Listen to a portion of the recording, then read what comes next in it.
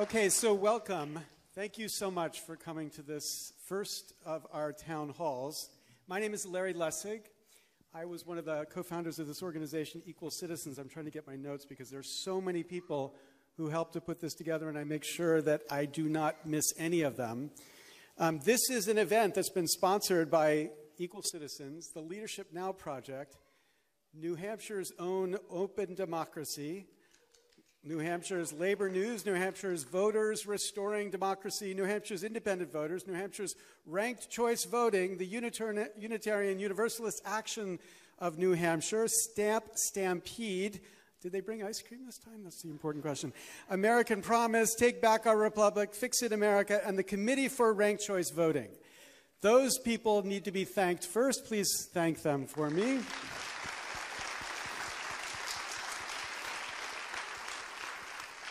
We wanted to organize, all of us, these conversations in New Hampshire around the question of reform because reform has been a central passion of New Hampshire politics for more than 20 years. Indeed, it was exactly 20 years ago this year that a great New Hampshire woman, Doris Haddock, a.k.a. Granny D, began her walk in California at the age of 88.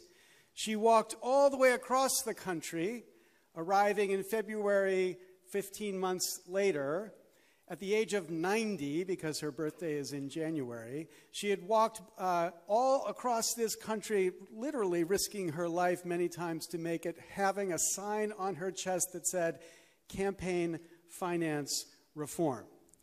And it was in this state that John McCain in 2000 made corruption a central part of his campaign, and this state rallied to John McCain in 2000 because people here get it.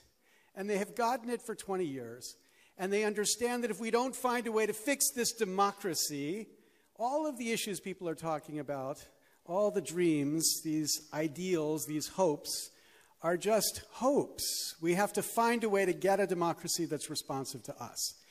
So when we had this idea to have these democracy fora, we wanted to talk to candidates, and I reached out to a bunch of candidates, and every one of the campaigns said, "Oh, yeah, we're really interested. This is a really great idea. Let's talk to the schedulers." And of course, the schedulers never seem to have time to schedule an event. But I reached out to Andrew, who happened to be, we were Twitter followers, mutual Twitter followers, and I DM'd Andrew. We had a Twitter bromance going. Yeah. And I said, "Andrew, you got to come to these." And just like that, he's like, "I'm there." And I talked to his scheduling people, and just like that, they picked the date. And so we are here with Andrew to launch this because he is, as you will hear, committed, as all candidates ought to be, to talking about this issue and finding a way to get our government to this place. So here's how we're going to play this right now. Andrew is going to have a chance to lay out why he's a candidate for president. And then we have a series of questions we're going to walk through. I've got some. There's going to be and then there's going to have a bunch coming from the audience. And I hope by the end we have a clear sense of where everybody is on this question of reform. We don't have to stand for 90 minutes. We have these really fancy chairs right here that we can sit in. But let me start by welcoming Andrew Yang and express our gratitude that you're here with us. Thank you. Thank you so much, Larry. I'll stand for this at least. You can take a seat, Larry. Thank you so much. It's great to be back here in New Hampshire. And first, let's give Larry an enormous round of applause for leading on this issue, because I've been a huge admirer of his for a long time. So I gave to the Mayday PAC when it first came out. I was like, ooh, like a PAC to end PACs. Like, I'll definitely send money to that. I was a huge admirer of his run for the presidency in 2016 around this issue, around campaign finance reform. You know, I loved it because it was smart, it was laser focused, it was clear, and then the fact that the DNC didn't include him in the primary debates, we were just joking in the front row here. And he said, "I really love the fact that the DNC actually has objective criteria this time." And then I was like, "Do you regret not running again? Because you totally would have made the debates this time." And he did not answer, so I guess he does not regret it. Which I understand. So hugely passionate about the issues that Larry has identified. And you'll see, I believe today that I am with you all on the need to recapture our democracy for the people, and that the state of New Hampshire is the greatest hope for our country in terms of making that happen. If it does not happen here, it's not going to happen anywhere else, because New Hampshire understands this set of issues much more directly and personally, and you all have a much more sophisticated political culture where you actually feel like the future of the country is in your hands in a way that other states do not feel. So it's a pleasure to be here. When he reached out to me on Twitter, I was like, heck yes. And then, I told my team, and I actually have a team where if I say to do something, it generally happens, like in a reasonable time frame. And so I've been looking forward to this date for a long time. Those of you who don't know who I am, actually raise your hand if you know a whole lot about Andrew Yang, and do nothing if you know nothing.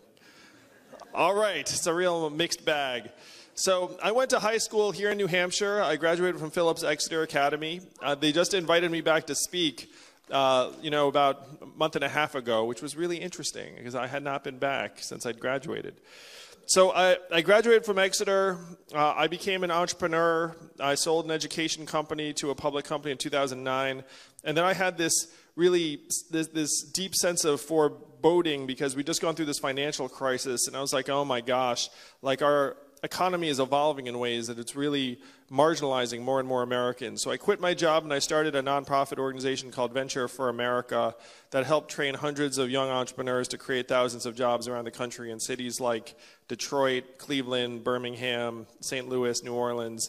And during those 7 years, I realized that our economy is evolving in even more fundamental ways than I had realized from 2009, where the reason why Donald Trump won in 2016 was that we automated away 4 million manufacturing jobs in Michigan, Ohio, Pennsylvania, Wisconsin, Missouri, Iowa, all the states he needed to win and did win.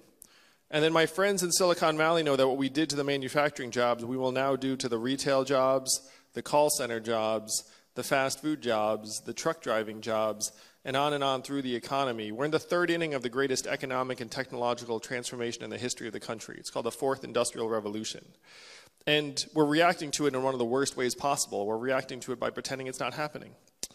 And so this is linked to the campaign finance issues because our democracy, in theory, would provide a feedback mechanism where if, let's say, we had an economy that was becoming increasingly inhuman and punitive, and 78% of Americans were living paycheck to paycheck, and 57% can't afford an unexpected $500 bill, and your life expectancy were to decline for 3 years because of a surge in drug overdoses, opiates in particular, and suicides, then in theory, your democracy would actually advance figures that might do something about the increasing inhumanity of the economy.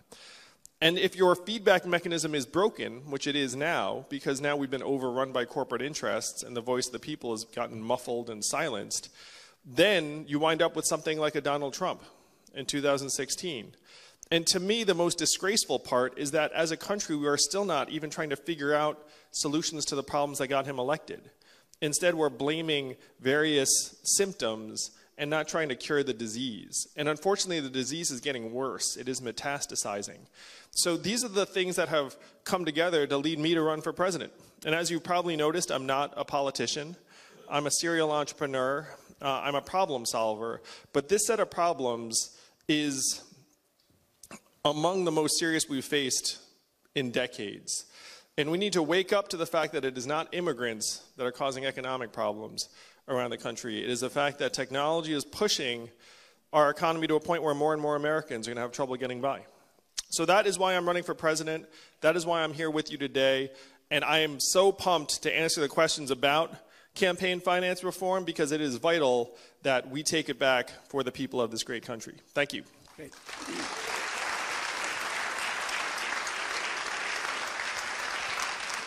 Okay, but I wanted a little bit more of Yang for... Oh, there's tons of Yang. I figured I had like 90 minutes.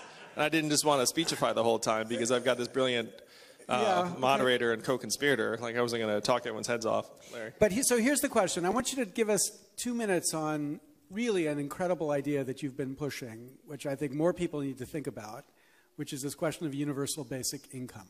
Oh, yes. All right. Ask and you shall receive. So my flagship policy is the freedom dividend, which is almost named after New Hampshire. But it's a policy where every adult gets $1,000 a month, free and clear, to do whatever you want starting at age 18. And here in New Hampshire, that would mean about $8 billion a year in additional monies coming through your hands. And if you were to get $1,000 a month, just imagine I'm president in 2021, thanks to you all. Thank you, New Hampshire. And then the $1,000 a month comes back into your hands. Where would that money go? How would you all spend it? Student loans, buy a house. What was the other thing? Coffee, I think it was what I heard. So, how many of you have noticed stores closing around where you live here in New Hampshire? Now, why are those stores closing? Amazon, that's right. Amazon's like a giant black hole sucking up $20 billion in commerce a year and is now pushing 30% of Main Street stores and malls to close. So that's what you're on the receiving end of. How much did Amazon pay in federal taxes last year? Zero, that's right. Less than each of us. And I would guess that, that probably seems messed up to you all, that $1 trillion tech company should not be paying zero in taxes, even as they're soaking the vitality up out of your communities and neighborhoods. So my plan is to go to Jeff Bezos and the gang and say, hey, all this money you're sucking up, we're going to return some of it to the people of New Hampshire in the form of this freedom dividend.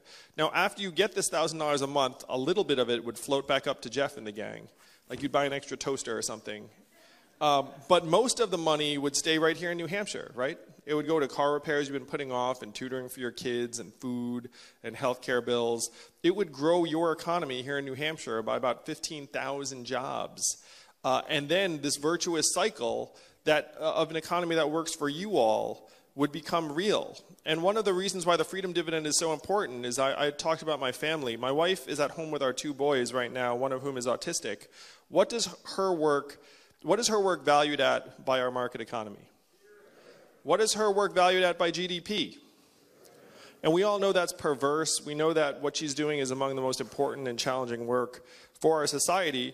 So the freedom dividend would not just put economic resources into your hands in this time of historic change, but it would also begin to recognize the uncompensated and unrecognized work that gets done in our homes and communities every day. So that is the flagship policy. The shorthand to everything I just said is that there's an Asian man running for president who wants to give everyone $1,000 a month.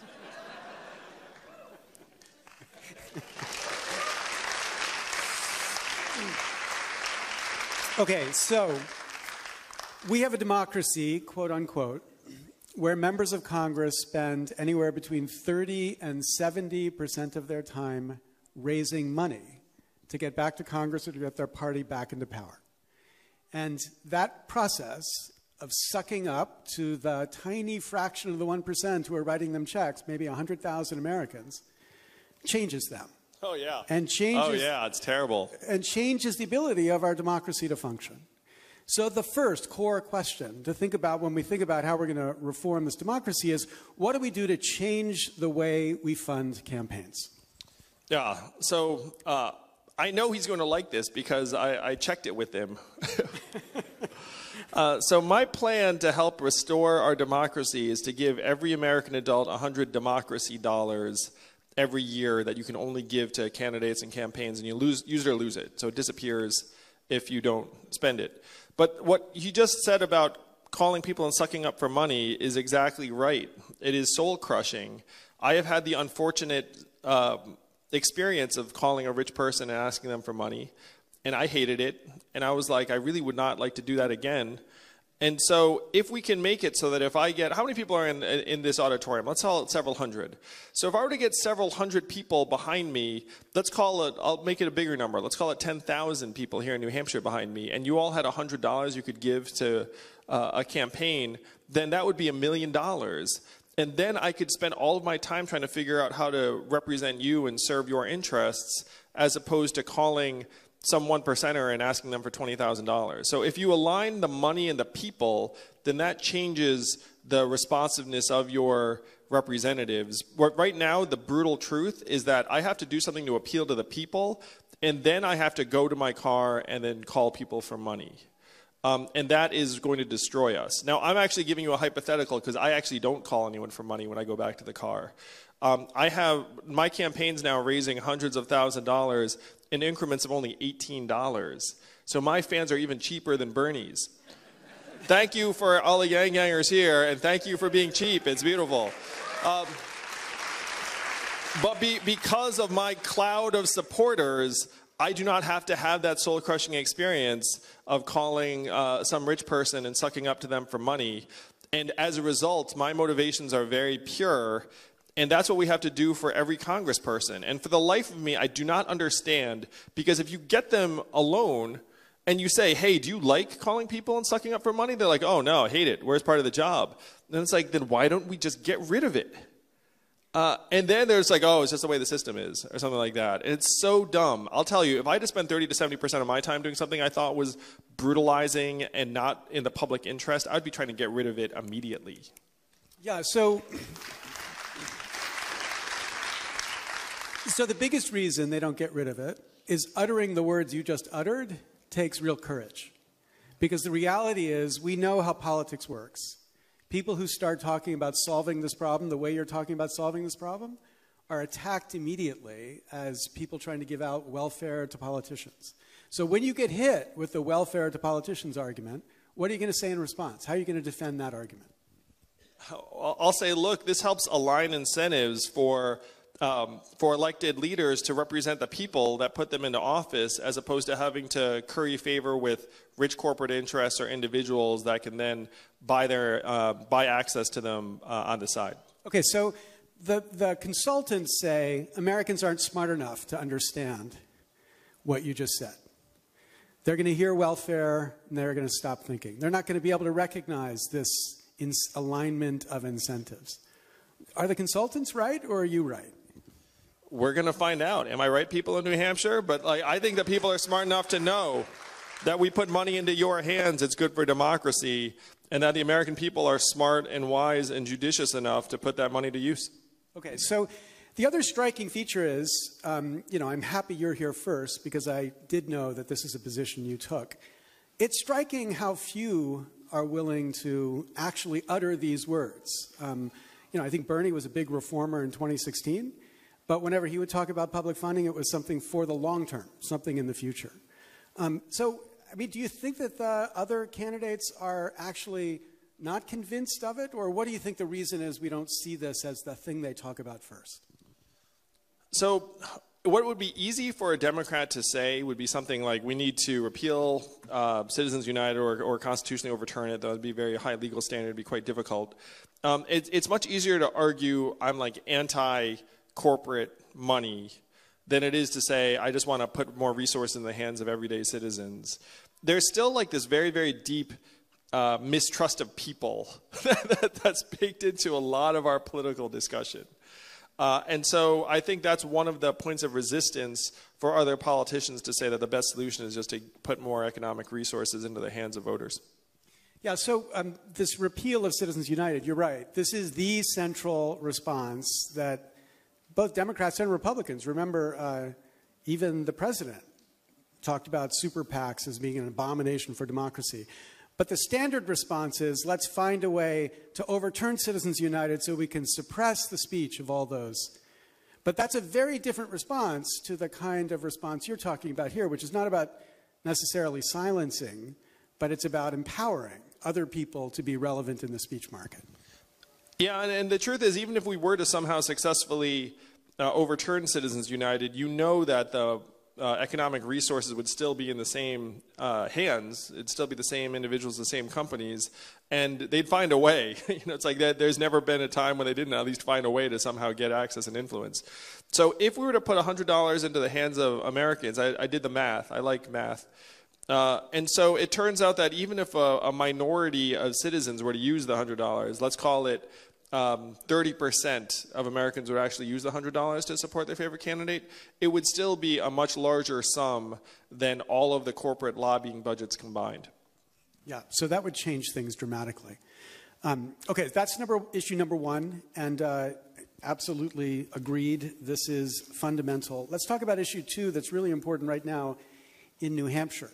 You heard in the list of sponsors a lot of people whose name included ranked choice voting. And we have an active movement going on right now in New Hampshire to establish ranked choice voting for the presidential campaigns. And so just make sure everybody understands what this would mean. It would mean you go into the ballot box at the primary and you would say, I'm for so-and-so first. Maybe people here might say Yang first. And I'm for so-and-so second. And I'm for so-and-so third. And then if your first choice doesn't happen to get more than 15% of the vote, which is the cutoff to get delegates in New Hampshire, then your second choice would be counted. And if your second choice doesn't get that vote, then your third choice would be counted. And the process, of course, would therefore give us candidates that most Democrats actually are behind, as opposed to giving us a list of candidates, each who gets 10, 20, 30, 40% of the vote. So you've announced your support for this idea. And I wonder if you could explain to us why you think that helps our democracy to have something like ranked choice in the system. Yeah, I'm a huge fan of ranked choice voting. And if you... Oh, good. I'm for other things you like, too. So... I mean, right now our process is, it's like this first past the post system. It ends up squelching diversity of perspectives. And what happens, and you'll hear this every cycle, where it's like, don't waste your vote, don't waste your vote. And so maybe you like this person, but that person might not have like a 51% chance of winning. And so people are like, oh, like, don't do it, don't do it. And so you end up not expressing your true preference. And then you say, okay, I'm going to end up voting for this person instead. So what that means in practice is it ends up rewarding and protecting incumbents. It makes it harder for third parties to arise. And in the extremes, it can even completely change the result from something that the majority of voters intended. Let's say, for example, Donald Trump in the last cycle, where there was a whole slew of Republicans, and he might have been the last choice of a lot of people who went to other candidates. And in a ranked choice system, he might not have performed as well because a lot of people wouldn't have necessarily had them as their second choice. So it's huge. It would be a huge increase in the efficacy of our democracy in terms of its actual representing the will of the people if we were to have ranked choice voting and you could express your true preferences. Yeah, and so, yes, thank you. And you can feel the dynamic in this race in particular. So take the issue that you champion, UBI, which again is an issue that America has got to think about. I think it's a really important idea that we need more people to talk about. And if you're in a race where ranked choice voting was going to determine who the winner of the election was, other candidates would be eager to engage on the question of UBI because they would know, even if they're not going to get first choice vote from Andrew Yang supporters, maybe they'll get the second choice or the third choice. So this issue, which is not right now at the center of American debate, becomes all of a sudden relevant because they're eager to wow people who would support you. As opposed to a system where it's first past the post, they're like, okay, this issue is just a fringe issue. There's no reason I need to talk about this issue. So it's oddly a way to bring outside views into the debate, whether or not they ultimately win. Yeah, so I would be for ranked choice voting even if I were not in this race, but it would help some. It would help someone like me. It's true. It would also help to mainstream this consideration of universal basic income. And one thing I was very heartened by is that there was a recent poll that showed a majority of Democrats are for universal basic income. So if a majority of Democrats are for this policy, I should not be the only person championing it. There should be other Democrats getting on board, and ranked choice voting would make that more likely. Yeah. So how many people here are actually in favor of ranked choice voting? Can you raise your hand? Okay. That's a lot of people. How many people here... What's your second choice? How many people here have reached out to the incredible New Hampshire legislature to tell them you're in favor of ranked choice voting? Please, at least 5 people's hands go. Okay, great. So this is the reality. The Democrats in the legislature are taking the lead right now, in the Senate in particular, to try to make sure this happens. It's not going to be easy to make sure it happens by the next election. So this is a real opportunity for you to do something that could have a significant effect, not just for Andrew's campaign, but I think more importantly for the capacity for this democracy to actually reflect the views of the majority. So this is your homework assignment. I'm a professor. I give homework assignments. This is yours. Please, whatever you do after this, tell your representatives here what you think about this idea that Andrew has been talking about. Okay. So we don't have any disagreements so far. We're going to find some disagreements, Andrew. This is important. No, we agree on most important things, I think. Let's talk about an issue that's, in a small state, not as significant, but across the country becomes really significant, gerrymandering. So right now, Congress is filled with representatives who come from districts that have been gerrymandered. They've been gerrymandered to be safe seat districts, which means if you're a Republican in a Republican safe seat, there's no chance the Democrat's going to beat you. If you're a Democrat in a Democrat safe seat, there's no chance the Republican's going to beat you. And what that tends to do is make it so those incumbents are focused almost exclusively on the even more extreme version. Not getting primaried, yeah. Yeah, not getting primaried. So if you're a Republican, you're afraid of being primaried by an even more conservative Republican. If you're a Democrat, you're afraid of being primaried by an even more liberal Democrat. And so that dynamic takes an already polarized American Congress and makes it look even more polarized. So it's a really critical problem to figure out what do we do to reform the system to make it so that kind of gerrymandering doesn't happen. A lot of ideas out there about this, but I wonder if you've thought about this in the list of 400 issues you've actually given us a policy position about. Well, I couldn't agree more that gerrymandering ends up favoring incumbents in a particular way, and then it also, unfortunately, leads to more polarized policies, because then you're just afraid of the most extreme element of your party trying to challenge you instead of trying to appeal to the middle in that district. And I know that happily that there are some groups working on this problem. I don't have anything innovative to add except to say that to the extent that we can try and pull back some of the redrawn lines to something that is more along with historical norms that would lead to a more demographically or ideologically diverse place, like we should go in that direction as fast as possible. And so there have been two kinds of solutions that have been pushed. The most common has been at the state level. So, for example, Michigan recently passed a ballot initiative because a millennial put a Facebook post up immediately after the last election. Katie Fahey put this Facebook post up and said, anybody want to work on gerrymandering in Michigan?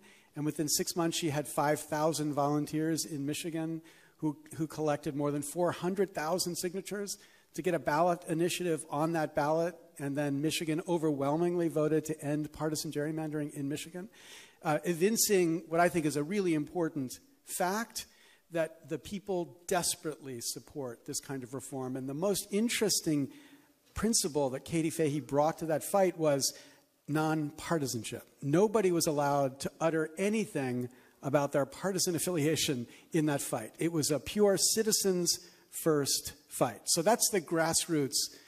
But the interesting alternative, which Congress has recently considered in the H.R. 1 proposal, is for Congress itself to say, you can't draw congressional lines using partisan gerrymandering as your principle. And so I wonder whether between these two, you have any clear sense of which you would push for, or which do you think makes sense? Well, certainly, if Congress, and H.R. 1 I support just about every single aspect of that bill, and I'm furious at the fact that the Republican-led Senate is quashing its consideration.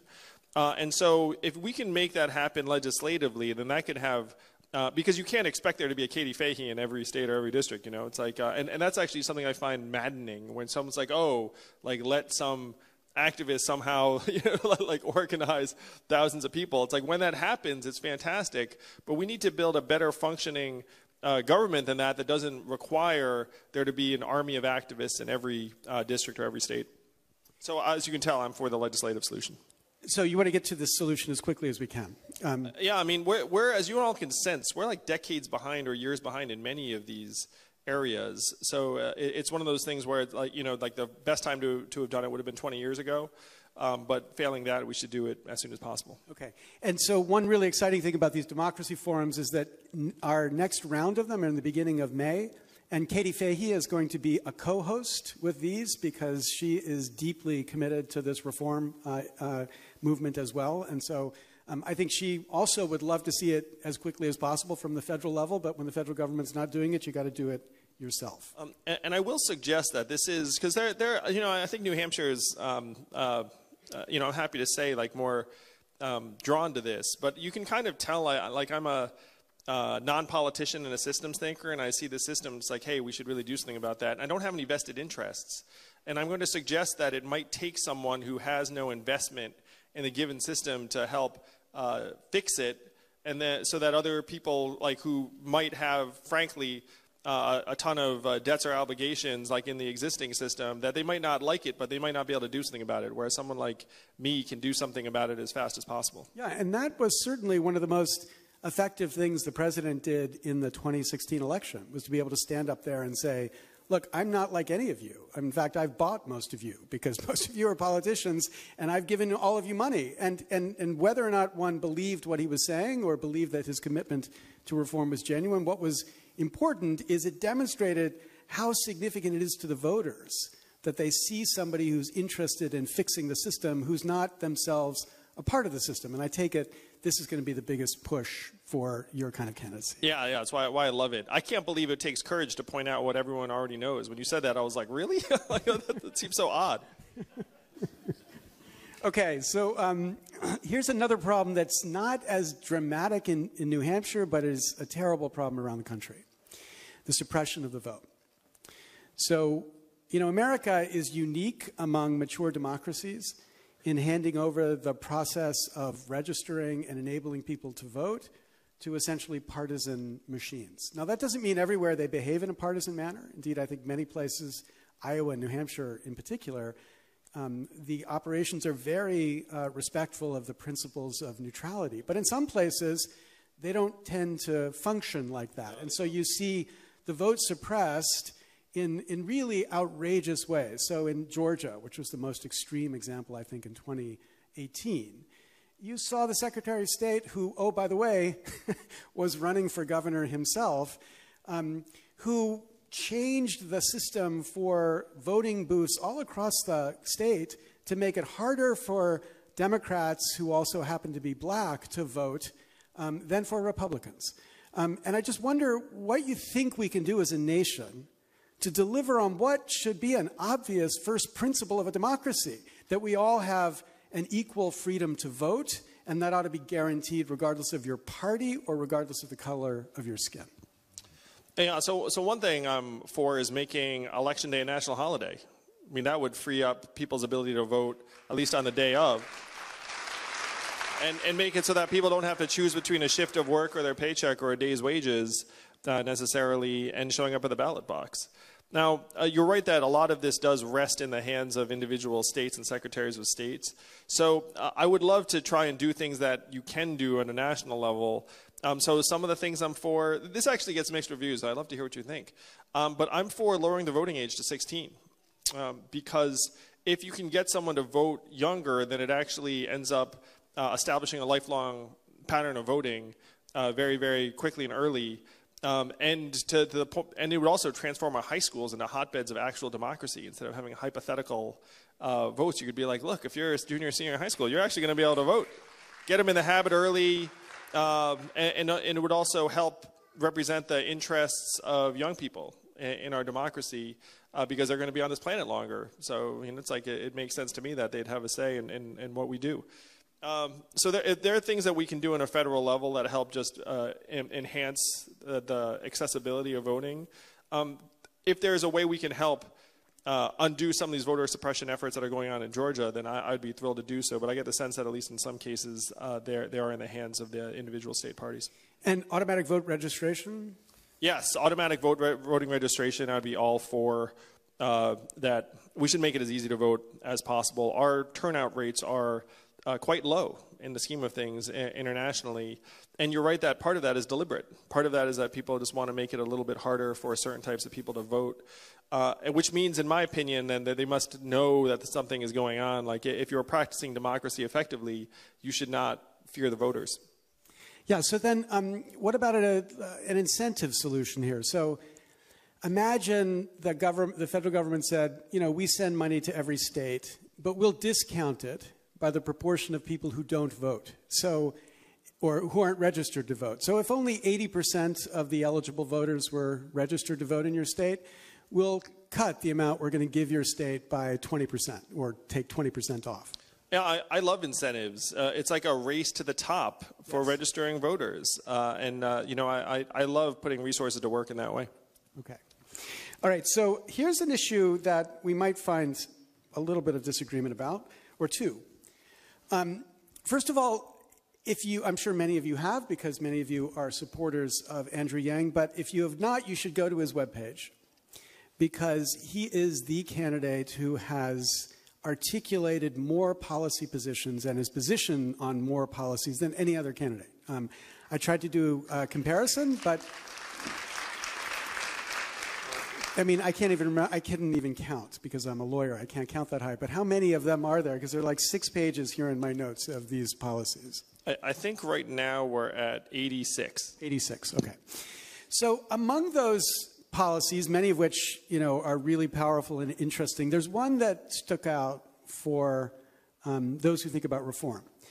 You said that what you're interested in doing is returning us to a system of earmarks in Congress. Now, earmarks are the ability of members of Congress to basically say, this money should be spent this way in my district, and this money should be spent that way in my district. And what's striking about that is that 10 years ago, there was a big fight to get rid of earmarks. This was one of Barack Obama's signature reforms. And even the Tea Party joined with Obama to say, yeah, we should get rid of earmarks. But you want to bring earmarks back. Yes. So explain to us exactly how this is not enhancing corruption, or what exactly you think earmarks would give us that Barack Obama didn't think they would. So if you're in Congress, right now, I think Congress's national approval rating is approximately 12% or something along those lines. Like no one likes the job that they're doing. And if you're an individual congressperson, back in the day when the majority leader came in and was like, hey, we're going to try and pass this bill, they'd look at it and be like, I'd be more receptive to this bill if this museum in my district got, money for renovation. And so then they had this like horse trading that went on, and then it made it more possible to do good things, or just get work done in Congress. But now, because of the incentives that are set up, if I go in and I essentially just kneecap every legislation and say I'm going to stand on principle, we're not going to do this, we're not going to do that, then there's no room for negotiation. Your incentives aren't there to actually be a team player with your party. Whereas in the day, the incentive to be a team player was, frankly, your district would get some goodies. Now, you can look at those goodies and say those goodies are a waste of taxpayer money. Or you can look at the goodies and say, apparently, the goodies were necessary to have a higher functioning legislature. And every once in a while, the goodies that people brought back to their district might actually have been a good thing. And so I've taken the latter stance, where if you look at our seized up democracy or legislature, you have to look at it and say, why can you not get anything done? Why do only 12% of Americans approve of you? And part of that is that they can't negotiate with each other anymore, because if the person who's sponsoring the legislation wants to get you on board, they can't offer you any goodies anymore. So it turns out I'm a fan of goodies. And it's one of those things where it's like a cost of this much to enable like this much of potential benefit. Okay, so the standard skepticism about that among reformers goes something like this. Yeah, that's a happy story about goodies, because it's about leadership handing out goodies in order to get laws passed in Congress. But there's another way goodies might be handed out. For example, you might say, geez, if we could get a bunch of money from the board of directors of this university, we might find a earmark could go to support research in that university. So the charge about earmarks was that they were a kind of corruption. They were a kind of way in which members of Congress could shake down private people or interests or businesses that wanted these goodies so that they would channel money into the campaign. So is that not a problem, or is that a problem you're going to solve in other ways too? Yeah, so certainly you don't want to open the door to blatant corruption or influence peddling along those lines. But I think that there's a way to bring back earmarks while also putting guardrails up to say, look, you can't be trading campaign contributions for access to goodies, or you can't be personally enriching yourself or people that you know. But to me, those are two separate issues. And that you can hopefully have intelligent guidelines to keep it from getting out of control the way it has at least some proportion of the time been in the past. Okay, let's try that again. Let's say there are two related issues, because let's take the first issue we're talking about. If you had a non-corrupt way of raising money... Yeah, it's true. Okay. You can finish the sentence then, right? Yeah, so if you have a non-corrupt way of raising money, then I don't need to bring you the goodies in order to get money back, because as long as I represent my constituents ably, then they'll give me the money. And then whether the university is trying to do some kind of back scratching, it doesn't actually affect me. Yeah. So this is, I think, a really important insight. I don't think any other politician is defending earmarks. But I think they're defensible as long as you also make at the very top of your list of what you're talking about doing, fixing the corrupt way that we fund campaigns. Then I think they could be defensible. Okay, so that's one where we don't have to have a disagreement. Here's a one where there's a lot of contestation out there right now about this. How many people love the Electoral College? Okay, I see one. Great. Okay. We have one person who loves the Electoral College. So let's be clear about what we could talk about with the Electoral College. There's a bunch of your colleagues who are talking about abolishing the Electoral College. That's cheap talk, because to abolish the Electoral College requires an amendment to the Constitution. That requires at least 2/3 of Congress or a convention, and both of those seem like not real paths. So it's easy to talk about, but not really easy to think about actually doing something about it. Yep. But if you think about what the real problem with the Electoral College is, the real problem, it seems to me, is not the problem that people sometimes obsess about, which is that every couple elections it seems now to not select the winner of the popular vote. And in fact, we can show that's going to increase over time. We're going to have more and more cases where the loser of the popular vote would be selected by the Electoral College. But that's not the real problem. The real problem is a problem that happens in every single election. And that is that because all but 2 states, Maine and Nebraska, allocate their electors in a winner-take-all way, so if you win the state, you get all the electors of that state, that means the presidential campaigns know the only states they need to care about are the so-called battleground states, the purple states. Because there's no reason if you're a Republican to go to Texas. You're going to win Texas. And there's no reason if you're a Democrat to go to Texas. You're going to lose Texas. So Texas is just not a place you're going to campaign, neither New York, neither South Carolina, none of these states. The only states you're going to spend any money on or any time in are the battleground states. So in 2016... Unless you're sucking up to rich people from under that state. Okay.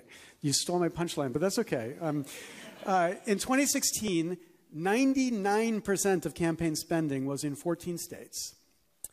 And 95% of campaign time was in 14 states. The other 5% was in the non-battleground states. Was in Los Angeles, New York, San Francisco. Exactly right. Boston. To raise money. Okay, so you stole it again. That's not fair. Twice you've stolen my punchline. Hey man, I'm running for president. I actually live this stuff.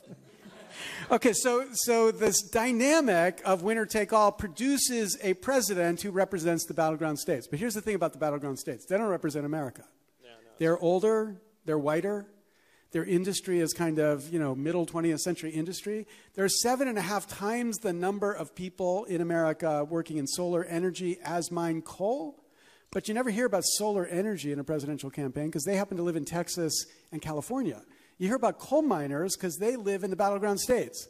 So this problem of winner take all is the thing that makes the president not focused on all of America. Yes. And so when you think about how to solve that problem, if we don't think we can just click and have a new constitution, what do you think we ought to be doing? Well, I think you and I are in agreement with this, where the ideal would be to have electoral votes allocated proportionally, so that even though I don't think Democrats are going to win Texas, it still might make sense for me to campaign in Texas if I can get some proportion of Texan voters to come my way and then end up getting electoral votes. Because I couldn't agree more. The problem right now is that your incentives are just to campaign in the 14 battleground states. So if you make it so that every state is a battleground, then your incentives change where you have to campaign everywhere. Okay, and then what about this alternative, which many states have now passed, 12 states have now passed, the National Popular Vote Compact. Yeah, the compact, right. And the National Popular Vote Compact says that when the equivalent of 270 electoral votes have been committed to the compact, then the states who have agreed to the compact will pledge their electors to the winner of the national popular vote, regardless of who wins in their own state. So California, if a Republican wins, would send all of their electors to the Republican, regardless of the fact that the Republican lost in California. Do you have a view on national popular vote? So I know that there's something really beautiful and elegant sounding about everyone's vote just counts for one vote, and then the national popular vote wins. And as far as I can tell, the compact in some ways tries to achieve the same result. But the issue is that then your incentives are to campaign in really big media markets, in really big population centers, and your incentives to campaign in rural areas or less densely populated areas are very, very low, because you're just trying to get as many people per time unit as possible. And so that's true if you get rid of the Electoral College. That's true with the compact. And, you know, the electoral vote, the Electoral College has been in place for decades. You know, you can take issue with it, but we kind of know what it is, you know, and that is the way it was set up constitutionally. So I'm much more in favor of the proportional electoral vote by state as the fix than I am in either getting rid of the Electoral College or even the winner-take-all compact. And that means you would even not favor the amendment, or would you favor the amendment? You just don't think it's likely?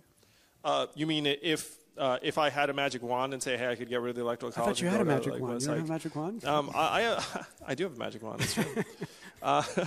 Yes. I am not for just abolishing the Electoral College right now. And one of the reasons why I'm not for it right now is that there's like this sinking feeling I have that Democrats have lost a couple of elections based on the Electoral College and now are calling that system into question, even though those are the clear rules and that's what it's been. And so to me, it's very unprincipled if your side loses to say, I need to change the rules because the rules are bogus. It would be different if the winning side were to say, hey, these rules are bogus, but it's hard for the losing side to then change those rules without coming across as very, very unprincipled.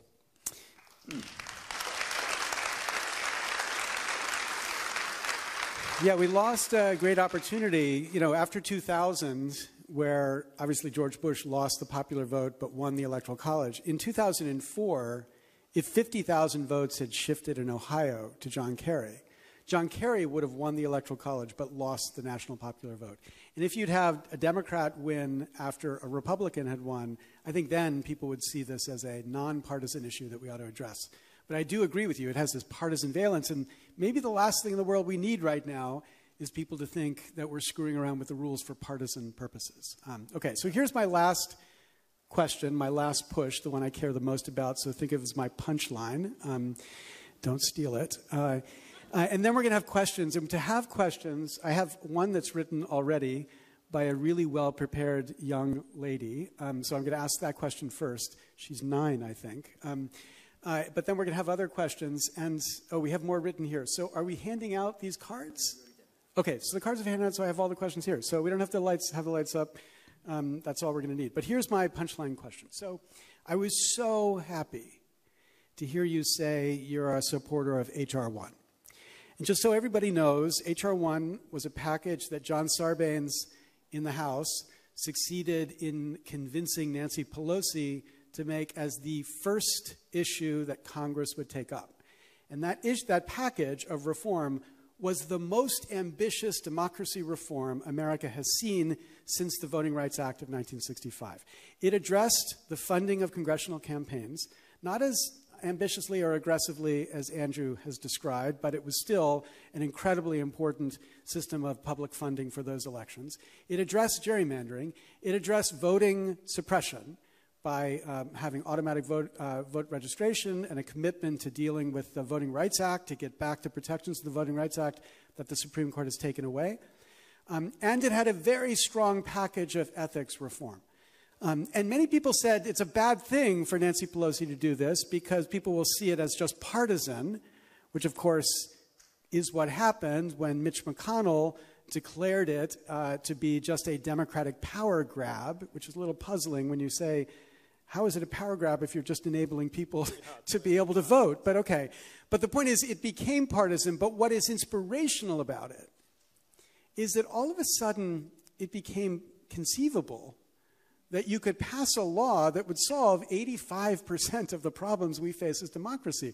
So my question is, that's H.R. 1. Would you commit to POTUS 1?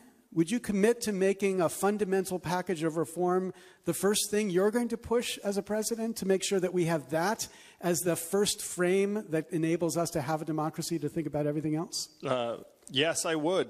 And okay, we get to clap for that right now, really loudly. Yes.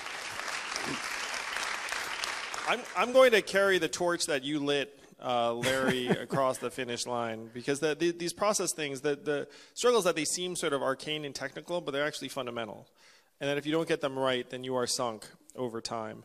So I love H.R. 1, the fact that I was really impressed with the drafters. I was like, wow, they really actually like nailed a lot of stuff in this. And it infuriates me that the Republicans are not bringing it to a vote in the Senate. But as president, I would, if H.R. 1 has not been made law at that time, I would do everything in my power to make it law. And calling it POTUS 1, I'd feel a little bad because really, like the drafters deserve credit for the solutions. So maybe I'd make it HR 1A and then sign that into law. A little bit too humble to become president, Andrew. You gotta grab those. Okay, so it turns out Olivia Zink has an extraordinary daughter, Ellie, who has been fighting for reform next to Olivia, who's the leader of the open democracy movement here in New Hampshire. I didn't realize this, Ellie, but that was your question. So here was Ellie's question. If you became president, what would be the first thing you would do in office? Will you fix democracy? Yes. Yeah. So, I've been saying around the country the first thing I'm going to do is get people $1,000 a month because I'm going to work on that. But I will actually amend it all to say the first thing I'm going to do is put democracy back in the hands of the American people. Then the second thing I'm going to do is get you that money. Wow. I think we can just go home now. We're finished. Okay. So we have a couple of people who are keen on the ranked choice voting question. I have at least 3 questions here. So just to be clear, you support the ranked choice voting in the presidential primary in New Hampshire? Yes. Okay. So here's a question that I think is related to what we've just seen. We all know how difficult it can be to get Congress to act on anything even remotely controversial. How do you plan to get your policies through, especially after you have to spend much of your political capital on getting the freedom dividend passed? Well, the great thing about this vision for my presidency, so thanks to you all, I become president in 2021, and then everyone's like, wow, the Asian guy who wants to give everyone money is now president, so I guess we know how that happened. So he's going to come back and be like, hey, it's dividend time. And then the Democrats and progressives will be very excited about it. But then the independents and conservatives and libertarians will also be excited about it because many of them will see this as a path to economic progress and autonomy for their constituents. And one of the really wild learnings of this campaign is that I assumed that liberals and progressives would embrace me immediately and then I'd have a harder time with libertarians, independents, and progressives, and conservatives. But it's actually gone in reverse. Like, I've gotten a ton of support from Trump voters and libertarians and people who said, like, yes, like, this actually makes a lot of sense. And then it's been liberals and progressives that, for some reason, have had a harder time accepting, frankly, like a non-politician entrepreneur, because I think Democrats and progressives have, like, a much higher estimation of certain sorts of experience than perhaps other types of voters have. So it's been wild, but the way I can get this done is that it's not left or right, it's forward. and that as president, I'm just going to be completely non-ideological and solutions-oriented. And after I win, people will be very, very drawn to that approach. I can get a lot of good things done for the American people.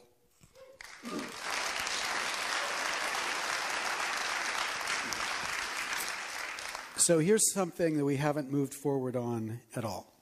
How will you stop mass shootings in high schools and yoga studios and anywhere else people congregate? How do you counteract the political power of the NRA?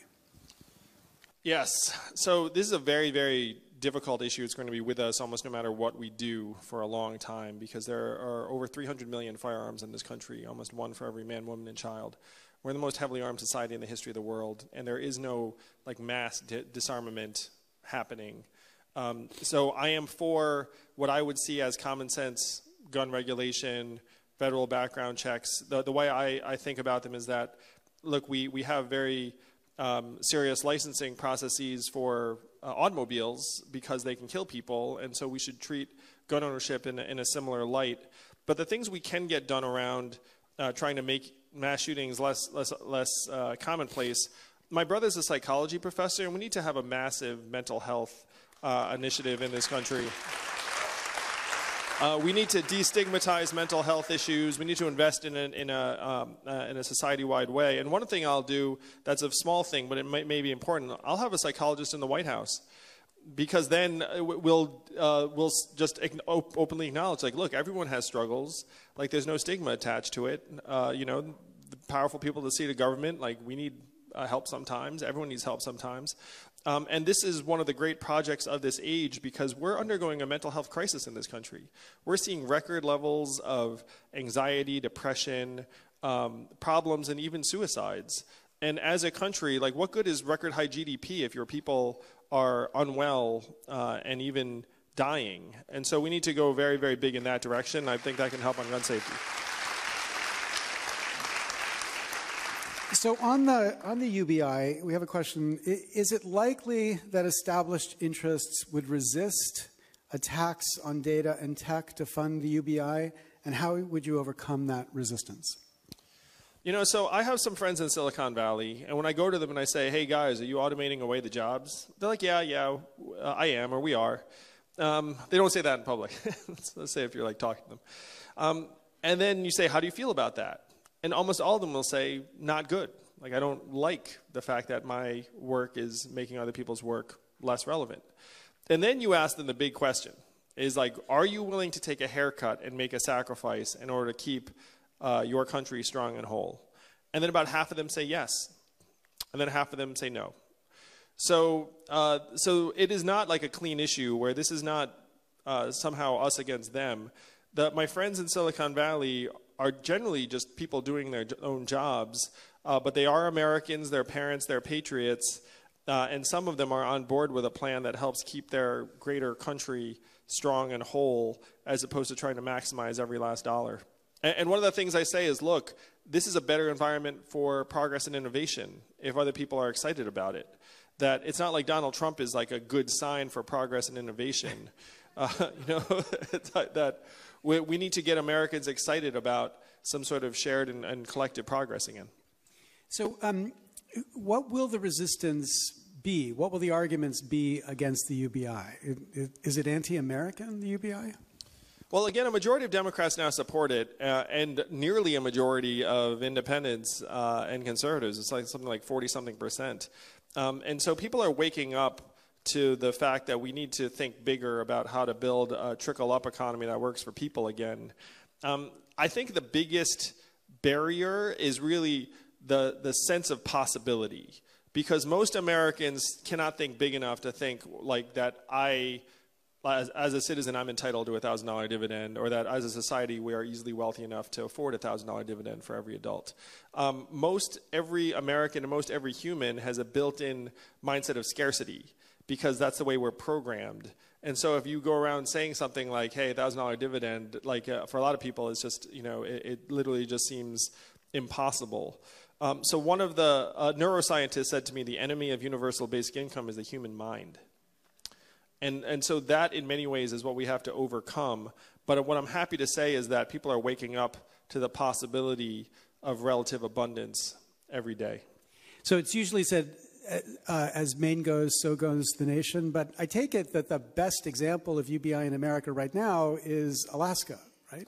Yeah, so Alaska in 1982, they implemented this petroleum dividend where now everyone in Alaska gets between $1,000 and $2,000 a year, no questions asked. And it's wildly popular, has created thousands of jobs, has improved children's health, has decreased income inequality, and it's been with them for almost 40 years. So what I've been going around saying is, look, if they did that with oil money, we can do what they did in Alaska for the rest of the country with technology money. And Alaska is a deep red conservative state. So again, it shows that this is not some kind of province of the left. This is actually something that's been in effect in an American state for almost 40 years now. That's a really important point. This is a problem I really struggle with. I'd love to hear one of your 88 proposals for this. How does your presidency address the growing hatred towards government? How do you help people trust our government? Yeah, so one of the things I've been saying is that, look, if our government had been functioning at the highest levels for the last number of years, Donald Trump would not have won in 2016. That there's been this growing lack of confidence we have in our government to be able to solve the big problems of this age. And so, not to oversimplify this, but just having the dividend pass is going to open so many people up to the fact that government can solve problems. Where, can you imagine a world where, again, I'm president 2021, the checks start going out, and let's call it 2022. Then the first time you get that check, you'll be like, it really happened. We really did it. I really have this money in my hands, and I can go spend it, like at the local store or business. And then people look up and say, wow, our government can actually do really good things. Like, what else can we do that's good? So the government, to me, in a way, the burden of proof is on the government to demonstrate that it can actually solve meaningful problems in an impactful way. Because unfortunately, many Americans have completely lost faith that that's possible. So here's a question from a local hero, Diane Russell, who comes from Maine and was... I take it you were a waitress before you became a representative, and you could become a representative because Maine is one of the leaders for public funding of political campaigns. So she became a leader in the Maine legislature, and has been a big pusher. Has been pushing she's been pushing ranked choice voting. But this is about none of those issues. So here's her question: the Federalist Society and the Judicial Crisis Network have effectively bought our Supreme Court. Will you support expanding seats on SCOTUS in federal courts to addressing conflicts of interest and or term limits? How far will you go to ensure the Supreme Court is fair to everyday Americans? Yes. So the first thing I would push for is 18-year term limits for Supreme Court justices in particular and federal judges in general. Because to me, it is irrational that we're freaking out about the health of an 85-year-old justice. It's like, oh no, did she get a cold? Like, if she got a cold, then we're all sunk. And then you reflect on that for a moment, and you're like, wait a minute, like, why am I freaking out about the fact that Ruth Bader Ginsburg might have a cold? And the reason is that we have these lifetime appointments, and that has been one of the contributing factors in making each appointment like this firestorm, because you feel like if they appoint this man or woman to the court, you're also looking at their age, being like, ooh, how long are they going to be alive for? It's like, oh, this is going to be with us for 25, 30 years. And so if you had 18-year appointments, which is what I'm pushing for, then it becomes more rational, more predictable. You have like a new appointment every couple of years, and then if you lose an election, you're like, okay, they get 2 appointments, instead of it being arbitrary based upon the health of the justices or the federal judges. Now, in addition to that change, I would be willing to at least consider expanding the number of justices, which, as Larry knows, is not set in the Constitution. And I thought that it was deeply unprincipled what the Republicans did to Merrick Garland, where there's nothing that says in the last year, like, President can't appoint someone.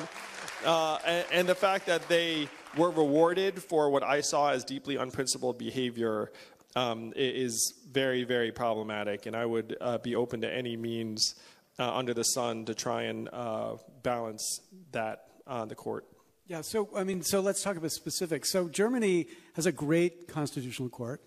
It actually has about, I can't remember if it's like 17 justices, but they sit in 2 separate panels. And so you could imagine increasing in a substantial way. Obviously, you wouldn't say one party gets to appoint all the new justices. You'd have to make it fair so Americans thought it was fair. But you could get a much more regular turnover, which is, I think, the objective you have. Because in Germany, it's never an issue when a justice steps down because they know it's not going to matter that much. There's enough built into the system, enough of a buffer that the political system can handle it. So would you think of something that big? Yeah, I would. I think expanding the number up from 9 would contribute in that direction. Plus, you know what would be super happy about this? Every law school student, because they'd be like, wow, the number of Supreme Court clerkships just went up. Oh, he's laughing because, that's fine. Yeah, but we who have to write the recommendation letters, we would not be happy about that idea. Okay, so here's one of your supporters who writes, I've been following you on social media, and I'm a big fan. However, I've also seen some tweets about issues that seem to be less popular with your fan base, such as lowering the voting age to 16. For issues like these, when you see the responses, do you ever reconsider? Yeah, I mean, I see responses and I weigh them and I think, was there something I had not considered, when I was arriving at that policy? And there have been things that I've been moved on, though that is not one of them because, I've looked at the data and it strongly suggested to me that the benefits far outweigh the cons. But I 100% take any sort of feedback, particularly if that feedback has rationale that I had not considered. So, yeah, I'm very, very open to that. I certainly would not consider myself to,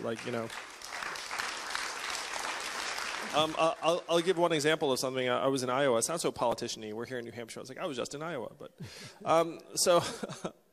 but I was with this high school senior who said that he walked around his high school and he has classmates with fentanyl patches on who are addicted to opiates. And he's like, what are we going to do? And I heard this and I talked to him more about his experience. And he said that none of them are going to get help because they're afraid they'd go to jail, if they get found out to be using these illegal opiates. And my conversation with him made me think, it's like, wow, we probably should look at decriminalizing opiate use at least so that more people could seek effective treatment, which was not something I'd previously considered. So I feel like I'm learning and relearning all the time. I just want to share that. And that's something I would obviously, I'm now 100% for that. There are many people in New Hampshire that are struggling with opiates, and we need to get people treatment and not have anyone thinking that they're going to wind up in a prison cell, even as a first resort.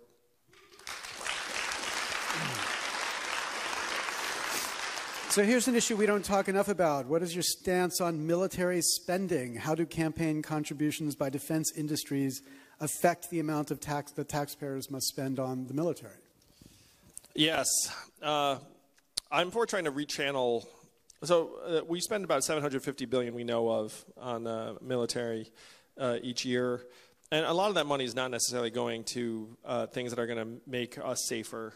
And so we need to try and rechannel at least some of those resources to things that would produce higher levels of value for our society. So my plan is to try and channel it towards infrastructure, which then helps enhance economic growth and create jobs in a way that many of the people that defend military spending are chiefly concerned about. But we need to start trying to work on the problems of today, and a significant proportion of our military budget is being spent on things that we're guarding against threats from decades ago. Yeah, and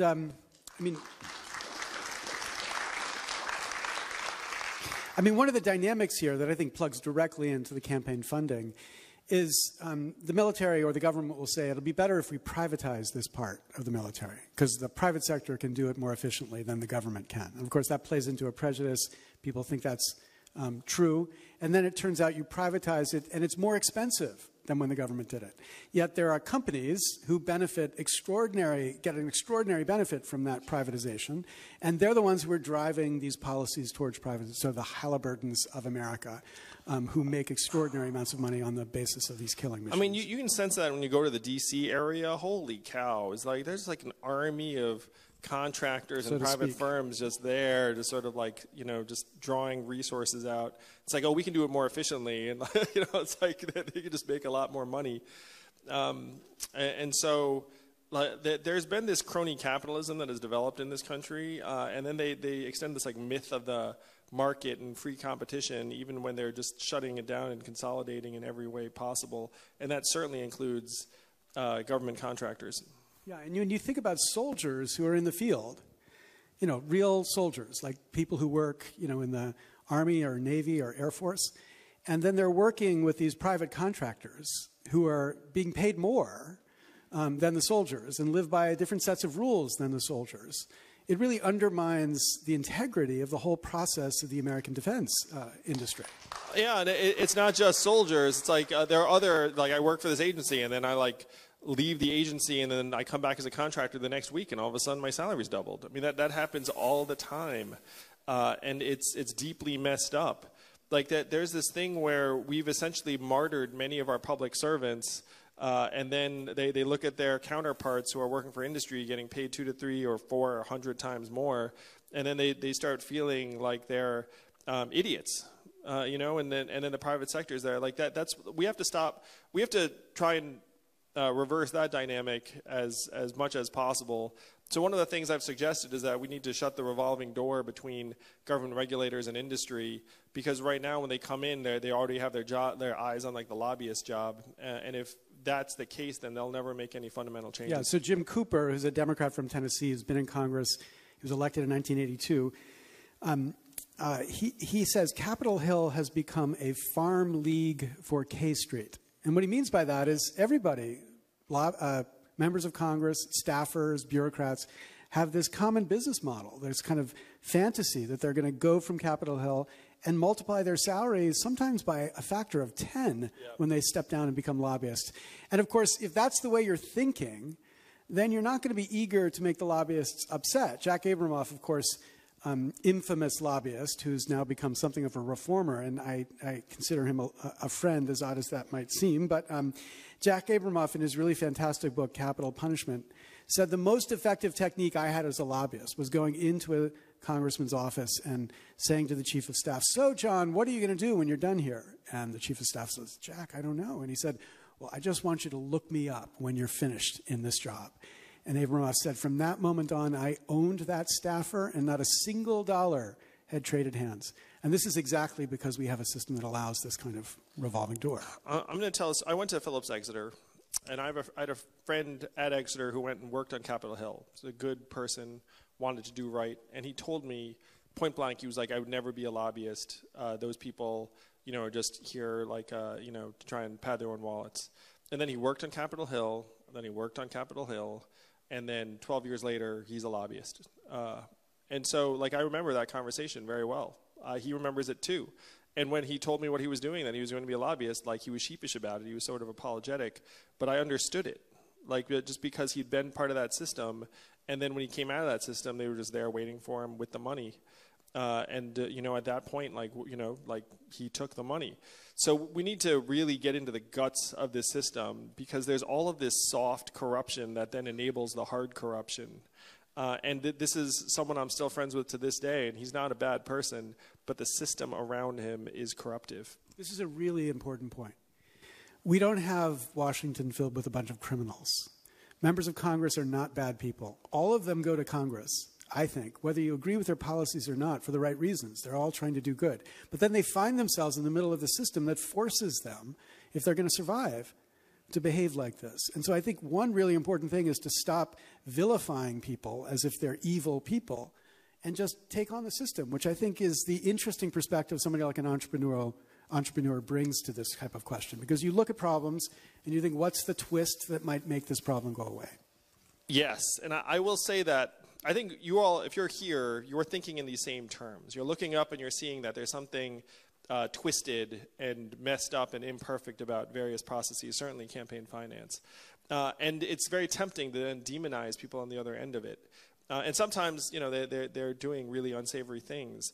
But what we have to do is we have to focus on fixing the system that is distorting and dehumanizing various people, turning them into economic actors very, very often. That is the mission that we all must be on. And I'm going to say right now, that mission will succeed or fail based upon the people here in New Hampshire. That you all have this almost sacred trust to try and safeguard the rest of the country from this broken down system that is on the verge of pushing us off this precipice, but after which there will be no coming back. And you can all feel it. Like, we're all heading in that direction. That's why I'm running for president. I'm not running for president because I fantasized about ever being president. I'm running for president because I'm an American and I'm a parent, and I can see the country we will leave to our children, and it is not something that I'm willing to accept.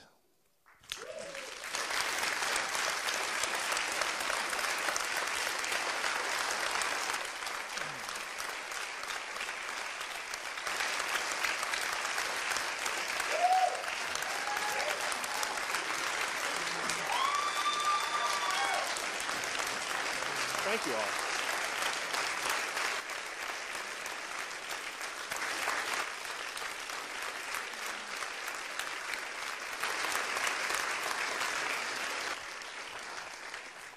So now I see why they put the tissues up here for the... I think that was because I was sort of nasal. I had to cold. Okay, we have time for just a couple more of these really great questions.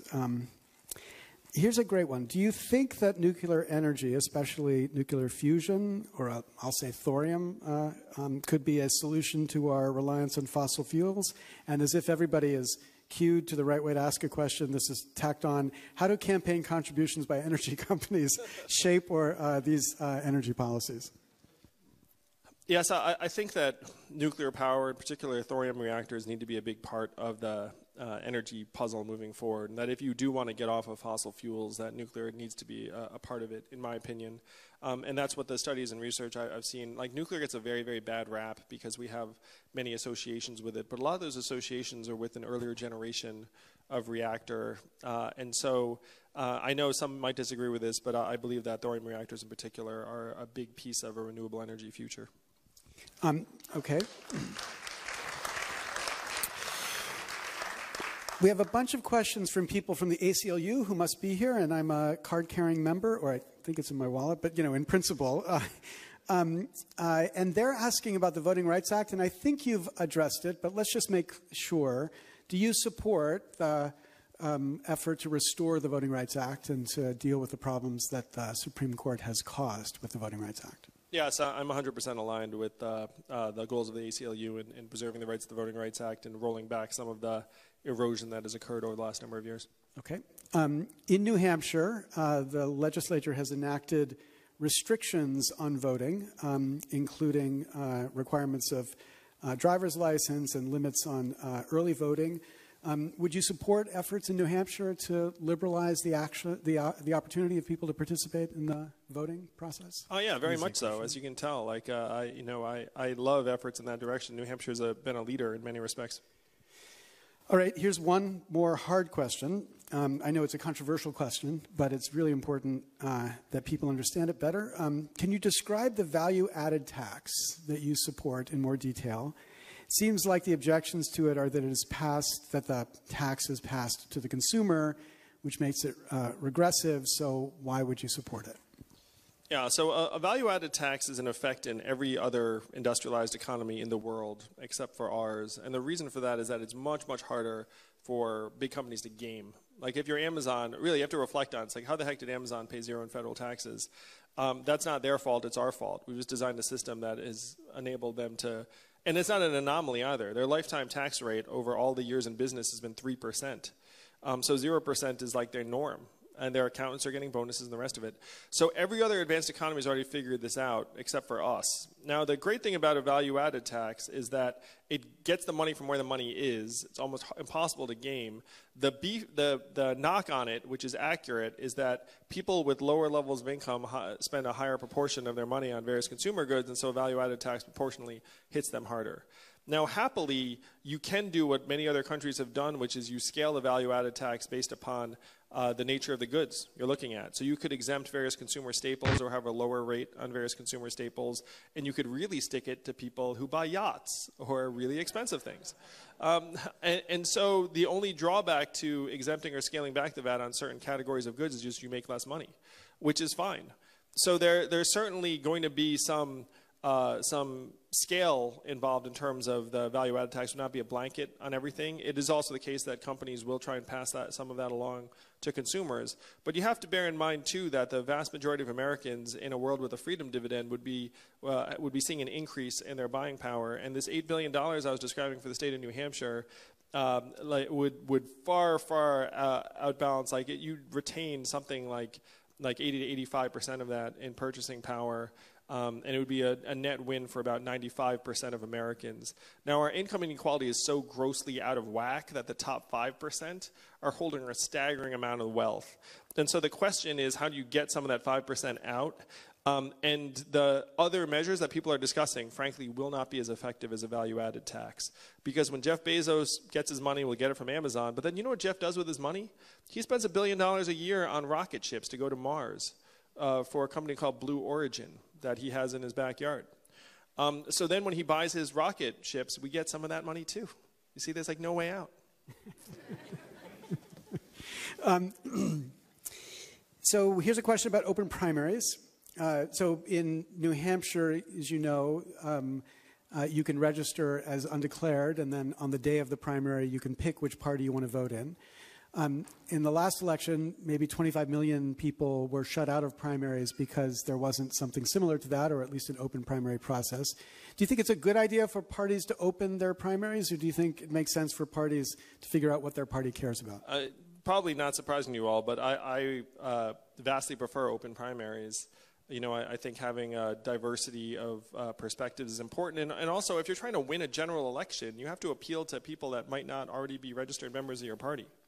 I think it was a huge mistake that the DNC is not having a debate on Fox. That made no sense to me. It's like, you do expect us to eventually try and win an election, right? And like, you know that a lot of people get their news from Fox, and that if they could see your amazing candidates a little bit earlier, maybe that would help us win a general election. So consistent with that, I am for open primaries. And thank you, New Hampshire, for having an open primary. Would you encourage your supporters to engage with pressing their senators to get Mitch McConnell to bring H.R. 1 to the committee or to the Senate for a vote before you are elected? Yes, I'm very happy to try and elevate the pressure on Mitch McConnell and the Senate to bring H.R. 1 to a vote by any means. And hopefully even being here with you all at this sort of event helps raise the visibility on this and keeps them from being able to bury it for the next number of days and weeks.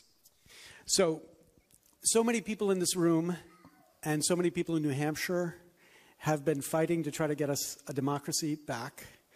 I've been so grateful to be able to work with many of the people here. And I can't tell you, sir, how grateful I am that you would be the first person to join these fora to talk about what I think all of us recognize is the fundamental issue that we need to finally get us a democracy. So I want you to join me in thanking Andrew Yang for leading this charge.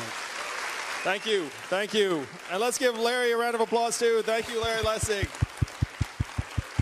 Really fantastic. Really well done. Thank you. Yeah, it's easy when you actually believe all of the Yeah, things, no, I can see that. That's I really don't have any other answers. Thank you all. Thank you, New Hampshire. I love you. Thank you. That's so fun.